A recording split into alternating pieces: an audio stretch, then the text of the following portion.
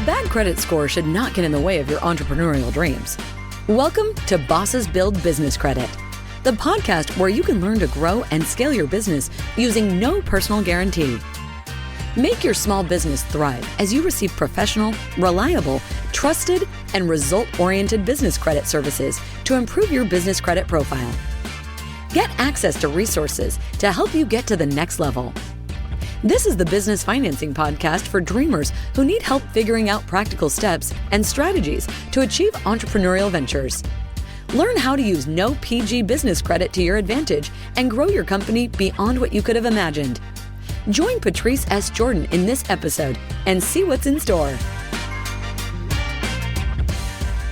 Okay, business bosses, welcome to episode 2 of Bosses Build Business Credit, the podcast. I am your host, Patrice S. Jordan, founder of Bosses Build Business Credit podcast. Okay, business bosses. So what I want you guys to know is that the next 3 episodes are going to be super important for you guys to pay attention to. Every episode moving forward after that is very important. However, the next 3 episodes is literally going to be the most 3 important episodes due to the foundation. Okay, so first, I want to explain to you guys what the difference between PG versus no PG. I am a no PG business credit coach. What is a no PG business credit coach? Means no personal guarantee. Anything that I build under my business, I do not attach my social security number to it unless it's for identification purposes only. So I definitely want to give you guys a more detailed breakdown so you guys can understand the difference between PG and no PG business credit. PG means personal guarantee.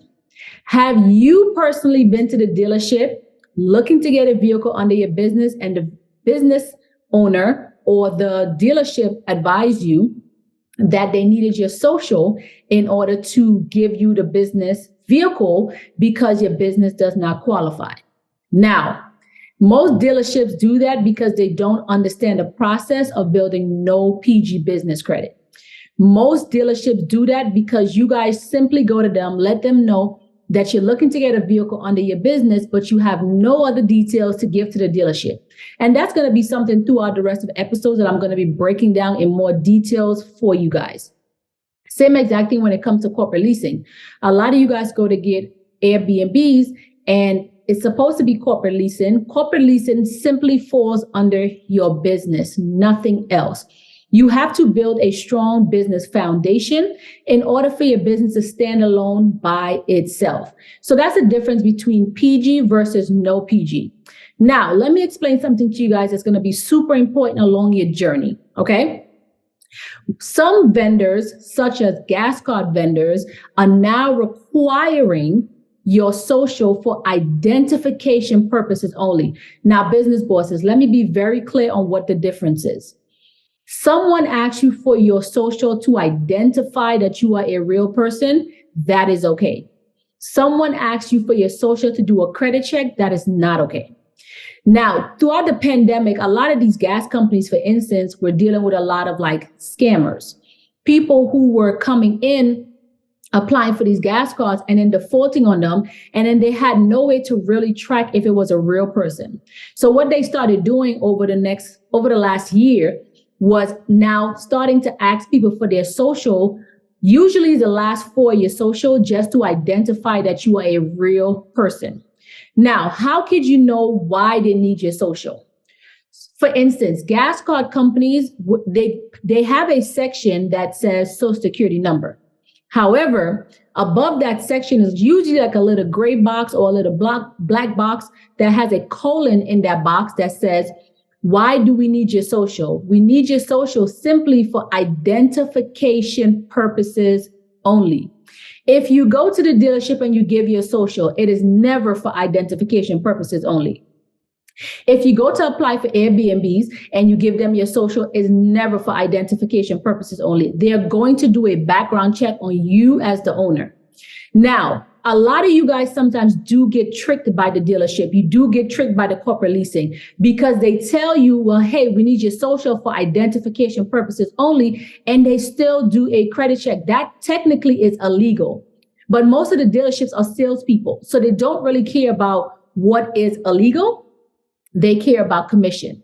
So anytime you face a situation, unless the dealership can put in writing, which you can ask them to send you an email that says that it's for identification only and they're not doing a credit check, then it is usually safe. But for me, I never take those chances. I am never going to furnish my social security number to the dealership because I know 9 out of 10, they're going to run my credit.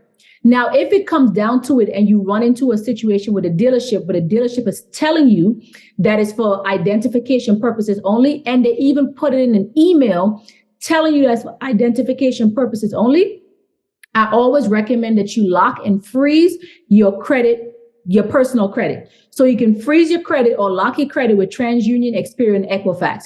And that way, if the dealership do end up pulling your credit, they're not able to get access to it because your credit is locked or frozen. And then you're still in a great position. And it kind of puts the dealership in a bad position because it's illegal for them to do that, knowing that they know that you did not want a PG. But to avoid all of this, business bosses, just do not utilize your social when going to the dealership. Some vendors that you guys are going to run into is going to ask you guys for your social for identification purposes only. Unless you guys specifically see that little box it's usually on the upper right-hand side. Unless you guys specifically see that box that's telling you that they need your social for identification purposes only because they cannot proceed with the application outside of that, do not furnish your social security number to anyone when it comes to building no PG business credit. I, however, even though I furnish my social for getting certain gas cards, not all gas cards, and throughout the rest of episodes, I'm going to break that down to you guys a little bit in more details, because it's usually certain gas cards. But usually what I still do as a business owner is that I still freeze and lock my credit. So either way, if that vendor decides to try to get over on you, your credit is still locked or frozen, so they still do not have access to it. Now, if they deny you for an application after you told them that you're not looking to PG, now we have a legal issue. And that will literally be something where I have a specialist that will come on my podcast, probably throughout episode 10 or 11, maybe 12, to give you guys a little bit more of a breakdown on how this works. But that's the difference between no PG versus PG. And you have to know how to identify this. A lot of you guys, when you first have a business, what you look to do is you look to rush to get credit cards. From the very beginning, unless you're doing fintech credit cards, which is something I'm going to also discuss in other episodes, unless you're doing fintech credit cards, those credit cards, 10 out of 10 is going to be PG. PG versus no PG business credit.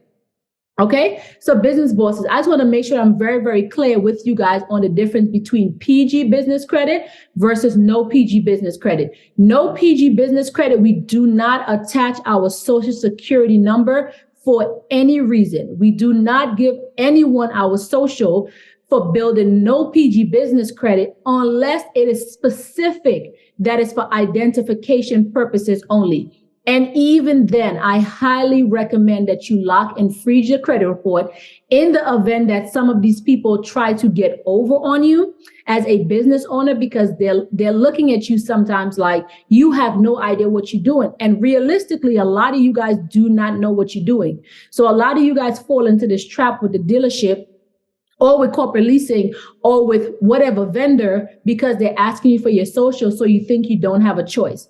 Some of the times you guys are actually able to just refresh your profile and skip the step of them asking you for your social security number. A lot of hacks and a lot of skills that you guys are going to learn on this podcast. Please make sure you pay attention when submitting any application to make sure that you're not submitting a PG application. Okay. All right, business bosses. Thank you guys so much for tuning in with me for episode 2, no PG versus PG.